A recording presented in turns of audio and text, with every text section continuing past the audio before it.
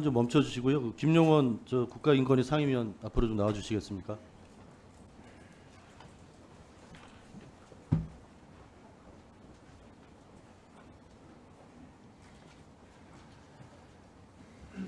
예, 김용원 상임위원은 지난 국회 운영위원회 때도 막말 등으로 운영위 회의 중에 이렇게 사과를 하신 바가 있습니다.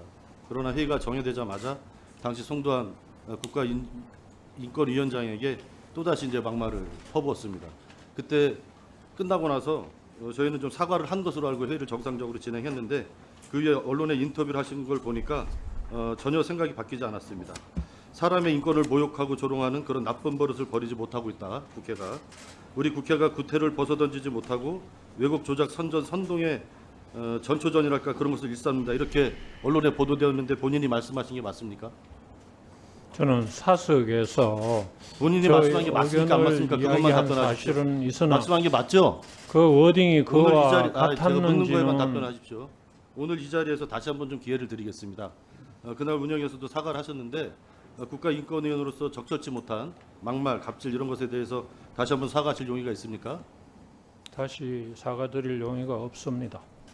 그러시면 최근에 국가인권위원회 인권위원장으로 이렇게 좀 얘기가 되고 있으시다고 보도를 통해서 봤는데 지난번에 한 차례 그렇게 이제 사과를 하셨고 국회 상임위 정회 중에도 또 국회를 모독하는 그런 발언을 하셨습니다. 만약에 국가인권위원장으로 제안이 오신다면 고사를 하는 게 맞는 거라고 생각을 하는데 본인 생각은 어떠십니까? 그 점에 대해서는 제가 말씀드릴 예, 아니오로만 위치가 아닌 답변해 것 주십시오. 같습니다. 예, 저는 들어가십시오. 이렇게 국가인권으로서 자격이 없는 김용원 상임위원이 절대로 인권위원장이 돼서는 안 된다고 생각을 합니다. 예, 정진석 실장님 듣겠습니다. 제가 보기엔 해병대원 수사 외압 사건의 이제 국면이 완전히 전환이 된 것 같습니다. 초기에는 수사 외압이 있었느냐 없었느냐 이것이 논란이 되었지만 이제는 대통령과 대통령실 인사들의 수사 외압이 있었다는 것은 사실관계로 거의 확정이 되었다고 생각을 하고요. 이제는 임성근 사단장 구명 로비를 누가 했느냐, 누가 대통령과 대통령실 주요 인사들을 이렇게 전방위적으로 움직였느냐를 밝히는 것으로 초점이 모아졌다고 생각을 합니다. 그리고 최근 JTBC 언론 보도를 통해서 그 의문이 풀리기 시작했습니다. 도이치모터스 주가 조작 주범 이모 씨가 김건희 여사의 계좌를 관리했던 사람이죠. 임성근 사단장과 친분이 있는 듯한 카톡 대화방이 공개가 됐습니다. 해서 이제 우리 국민들은 임성근 사단장이 이모 씨에게 구명 로비를 하고 이모 씨가 김건희 여사에게 구명 로비를 하고 김건희 여사가 대통령을 움직인 것 아닌가 하는 이런 합리적인 의심을 하고 있는 상황입니다. 이런 국민적 의구심에 대해서 이해가 되십니까? 안 되십니까?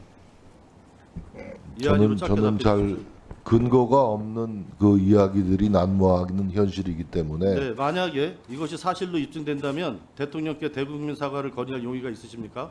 그런 가정을 전제로 한 질문에 답변을 드리기가 어려움을 네, 제가 이해해 해결책을 주시기 좀 바랍니다. 하나 알려드리겠습니다. 지난번에 대통령께서 김건희 여사의 잘못을 국민들에게 사과했던 용어를 그대로 쓰겠습니다. 대통령께서 제가 박절하지 못해서 아내의 임성근 사단장 구명 로비를 거절하지 못했다라고 대국민 사과를 건의하실 용의가 있으십니까?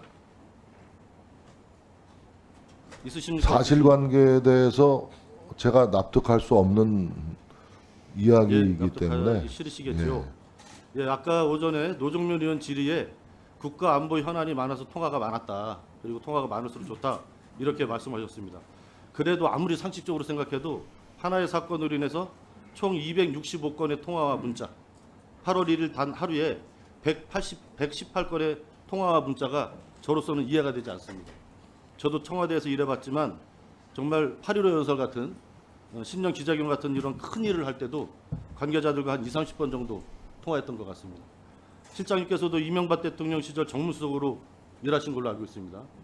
MB정부 때 미국 소고기 수입 사건, 또 연평도 포격 사건 때 굉장히 힘드셨을 텐데 그때 이 사건을 해결하기 위해서 최고 권력이 나서서 이렇게 많이 통화했던 것으로 기억하십니까? 활발한 소통과 통신 통화가 있었던 것으로 기억합니다. 이 정도 통화를 많이 하셨던 걸로 기억하고 계세요? 대통령실과 군 당국 간의 통화 소통이 활발하게 이루어지는 것은 지극히 당연하고 자연스러운 네, 좋습니다. 일이라고 생각합니다. 비서실장으로서 이제 그 정도 답변밖에 못 하실 거라고 이해하고요.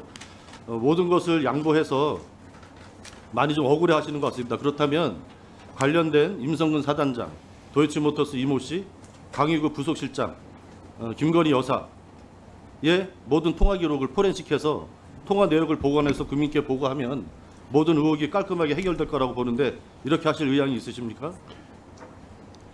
저는 대한민국의 의향이 있으십니까? 우리나라의 없으십니까? 그것만 한국병 중에 답변하십시오. 하나가 의향이 있으십니까? 일방적인 없으십니까? 주장과 의혹 제기가 마치 예, 가짜 없으신 뉴스 걸로 의혹의 성을 없으신 쌓아가지고 걸로 이해하겠습니다. 다음 이것이 국민들로 하여금 진실인 것처럼 믿게 하는 이거는 다음 정말 질문으로 우리가 언론 좀 고쳐야 할 보고 사세요. 한국병 중에 하나라고 다음 질문으로 생각합니다. 넘어가겠습니다.